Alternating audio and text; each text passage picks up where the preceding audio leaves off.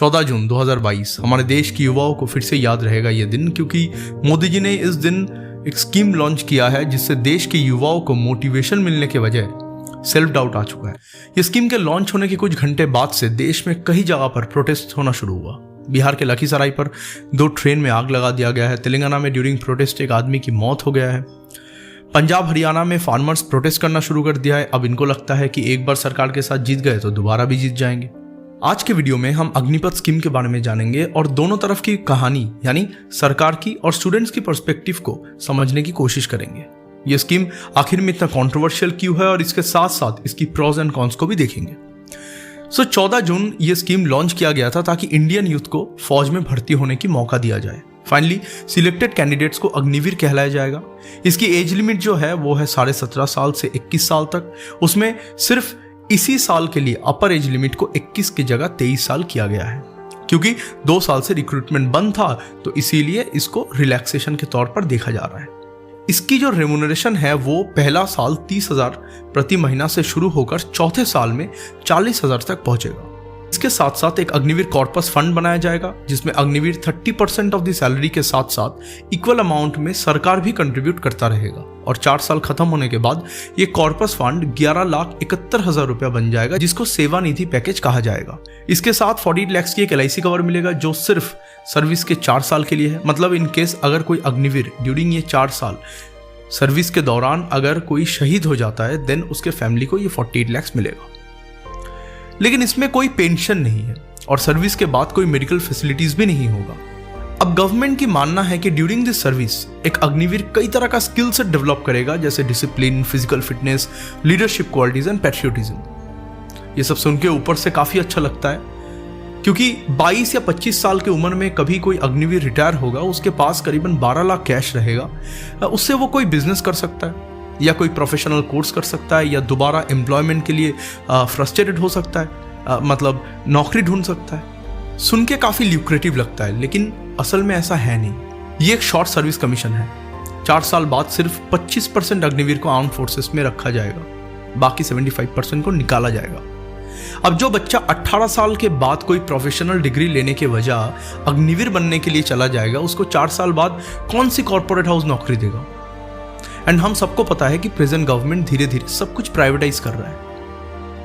अब जो निधि फंड मिलेगा इससे आप कोई बिजनेस स्टार्ट करोगे, ऐसे गवर्नमेंट की मानना है। अभी इन्फ्लेशन लगभग 7.5 to 8% के रेट पर चल रहा है। इसका मतलब 12 लाख 4 साल बाद रियल टर्म्स में कितना बनेगा, सोच के देखिए। गवर्नमेंट ये भी बोल रहे हैं कि 4 साल बाद दोबारा एम्प्लॉयमेंट में हेल्प करेगा। इसके regarding DGR ministry of defence की डेटा कहते हैं कि एक सर्विसमैन की नौकरी धीरे धीरे कम होता जा रहा है। और बाकी ओवरऑल एम्प्लॉयमेंट के बारे में अगर बात करें तो centre for monitoring Indian economy ने अनएम्प्लॉयमेंट को 8.10% बताया है इन 2022।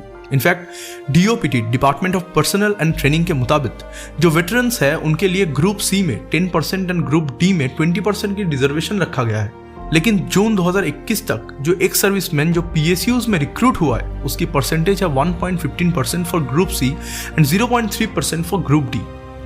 तो सबसे बड़ी सवाल आ जाता है अब कि सरकार ने ये सब जानते हुए या ना जानते हुए ये स्कीम को लॉन्च क्यों किया है। सरकार ने 3 पॉइंट्स रखा है। पहला पॉइंट, मिलिट्री को यूथफुल बनाने के लिए।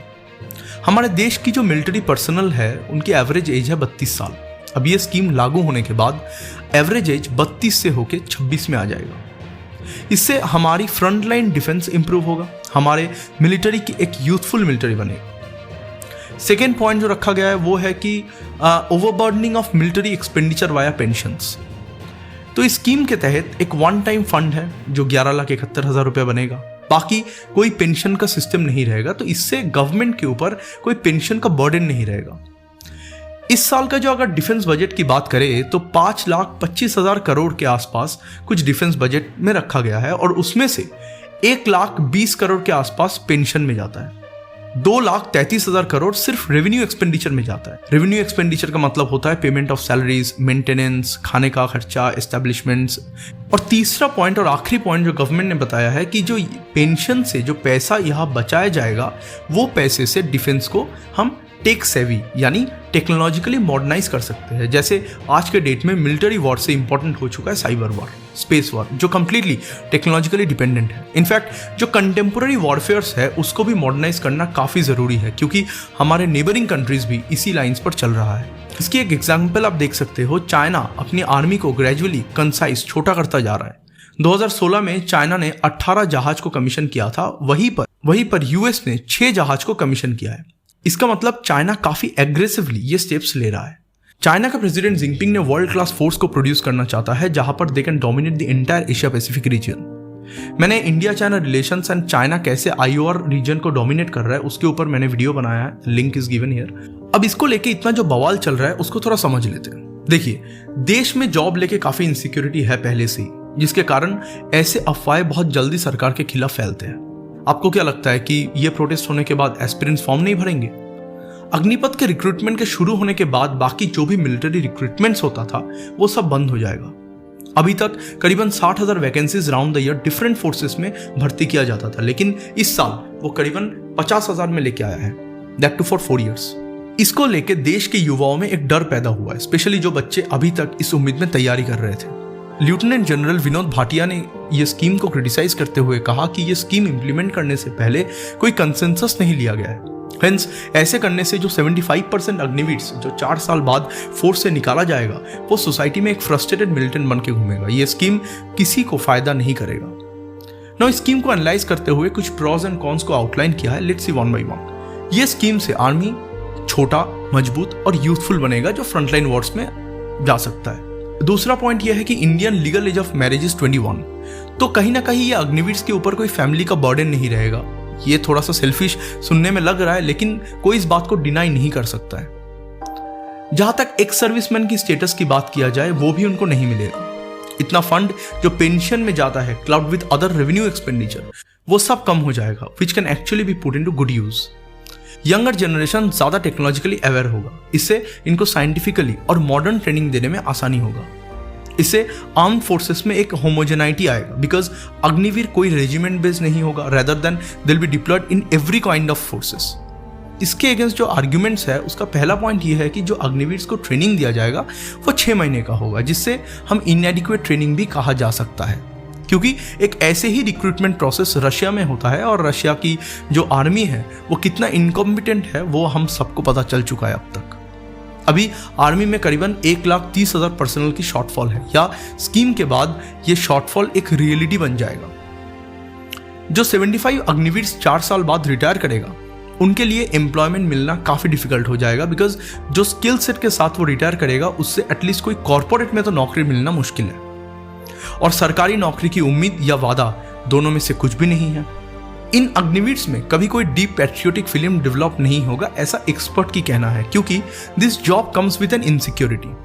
इसके साथ कोई पर्क्स या पोस्ट रिटायरमेंट बेनिफिट्स नहीं है। सबसे बड़ी बात है कि एक सर्विसमैन की स्टेटस भी नहीं दिया जा रहा है, और इससे देश को बेनिफिट की जगह ज्यादा लॉस हो सकता है बिकॉज ऑफ मिलिटेंट नेशनलिज्म।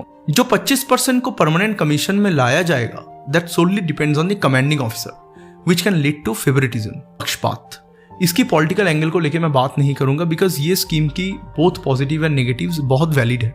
मगर मैं इस बात से कभी भी सहमत नहीं हूं कि ये जो प्रोटेस्ट धीरे धीरे वायलेंट होता जाता है, this is not to be done, because कहीं ना कहीं हमें ये समझना ज़रूरी है कि आप जो प्रोटेस्ट कर रहे हो, जो आप ट्रेन जला रहे हो, जो बसेस जला रहे हो, जो आप पब्लिक प्रॉपर्टी को डिस्ट्रॉय कर रहे हो, वो कहीं ना कहीं पब्लिक एक्सचेकर की पैसा है, वो हमारे आपके ही पैसे हैं। सरकार कहाँ से पैसे लाएगा? तो वो अगर भरपाई हो रहा है तो वो दोबारा हमारे ऊपर टैक्स करके ही भरपाई किया जाएगा, तो नुकसान हमें ही हो रहा है। तो आप प्रोटेस्ट कीजिए, पीसफुल प्रोटेस्ट कीजिए, क्योंकि सबसे बड़ी बात है कि एक डेमोक्रेसी में प्रोटेस्ट करना आपकी गणतांत्रिक अधिकार है, आपकी फंडामेंटल राइट है कि आप प्रोटेस्ट कर सकते हैं, और कॉन्स्टिट्यूशन द्वारा आपको इसकी राइट दिया गया है। लेकिन एक पीसफुल प्रोटेस्ट की परमिशन दिया गया है, नॉट एनी वायलेंट प्रोटेस्ट। ये बात को समझना ज़रूरी है। कोई पॉलिटिकल पार्टी आपको इंस्टिगेट करे, कोई एक ग्रुप, कोई प्रेशर ग्रुप आपको इंस्टिगेट करे और आप उस भड़काव में आके आप सरकार के खिलाफ या फिर आप पब्लिक प्रॉपर्टी को बर्बाद कर रहे हो, पब्लिक प्रॉपर्टी को पे आग लगा रहे हो, लोगों की कन्वीनियंस में दिक्कत डाल रहे हो, ये तो गलत है, ये नहीं होना चाहिए। You can comment below your views. You can always mail me. Check the description below to get further details. And also, don't forget to subscribe, like and share because कहीं ना कहीं सबकी ये जिम्मेदारी है कि हम इस अवेयरनेस को ज़्यादा से ज़्यादा फैलाएं ताकि हमारे आसपास की जो जनता है वो और ज़्यादा जागरूक हो जाए। Thank you for watching guys. See you in the next video.